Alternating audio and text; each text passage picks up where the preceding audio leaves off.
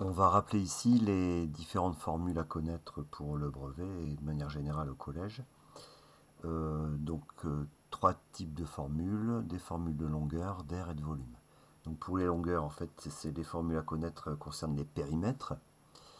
Donc les périmètres à connaître, pour les périmètres, donc on a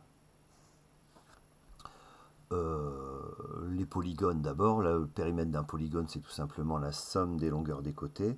Et on a donc quelques cas particuliers. Le rectangle, donc le périmètre d'un rectangle, si on a un rectangle qui a pour longueur grand L et pour largeur petit l, donc pour un rectangle, le périmètre il est égal à 2 fois la longueur plus 2 fois la largeur, ou bien 2 fois longueur plus largeur.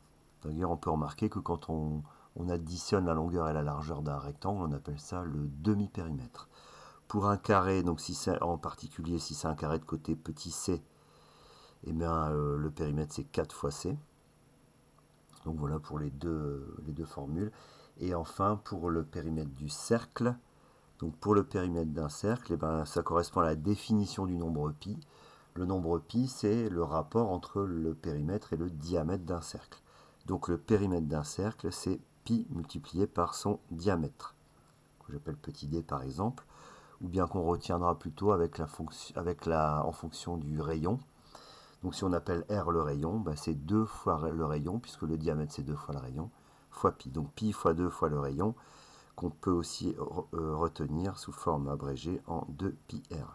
Donc en sachant bien sûr qu'il y a des signes multipliés entre ces lettres-là, 2 fois pi fois r.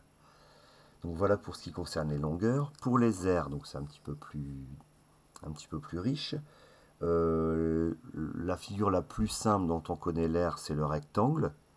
Donc l'aire d'un rectangle, donc c'est longueur fois largeur.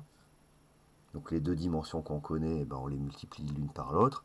En particulier pour le carré, la longueur et la largeur sont égales. Donc si on appelle C le côté du carré, c'est C fois C, l'aire, pardon.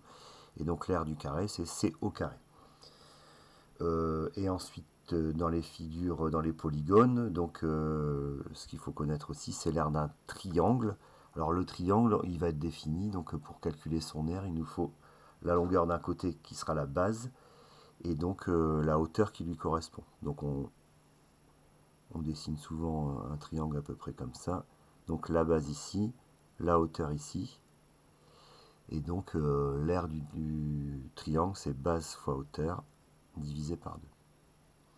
Bon, on reconnaît d'ailleurs la formule ici de l'aire d'un rectangle, puisque si on dessine ici un rectangle qui encadre ce triangle, eh bien le triangle est contenu exactement 2 fois dans le rectangle, et donc l'aire du rectangle ici, ça serait b fois h. Donc pour le triangle, b fois h divisé par 2. Ensuite, l'aire d'un disque. Donc pour un disque, on va encore utiliser la lettre pi. D'ailleurs, de tout ce qui est, que ce soit longueur, aire ou volume, dès qu'il y a une partie circulaire ou ronde, on va utiliser la lettre pi dans les calculs. Et donc c'est pi fois rayon, qu'on écrit aussi pi r carré. Donc pi r carré, ce qui veut dire pi fois rayon fois rayon.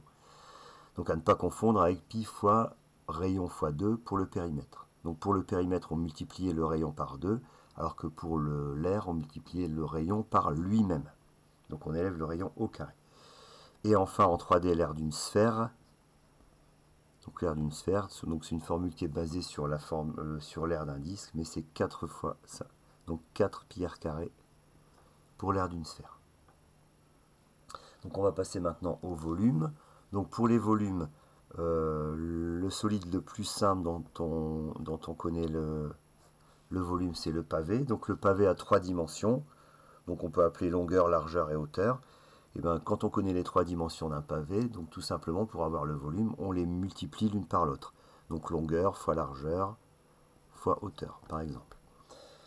Ensuite, pour ce qui est des prismes et cylindres, donc un prisme, c'est donc un solide avec pour base un polygone. Donc, par exemple, si on a un peu ce prisme, tac.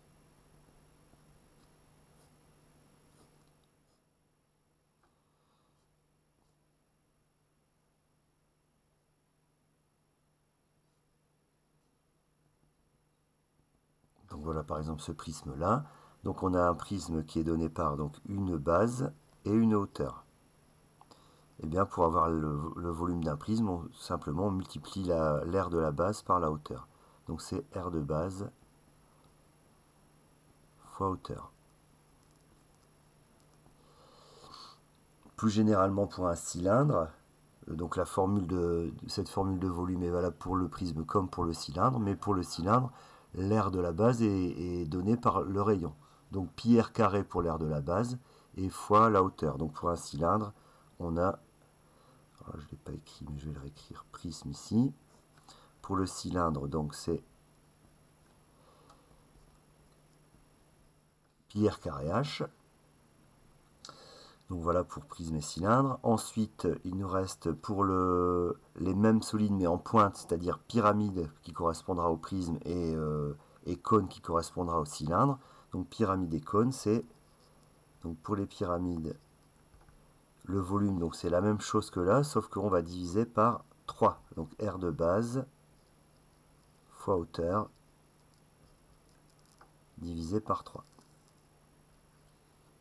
Et pour le cône, même chose, pi r carré h, pi r carré h. Donc ça serait le volume du cylindre qui a la même base et la même hauteur que le cône, mais on divise par 3 pour avoir le volume du cône.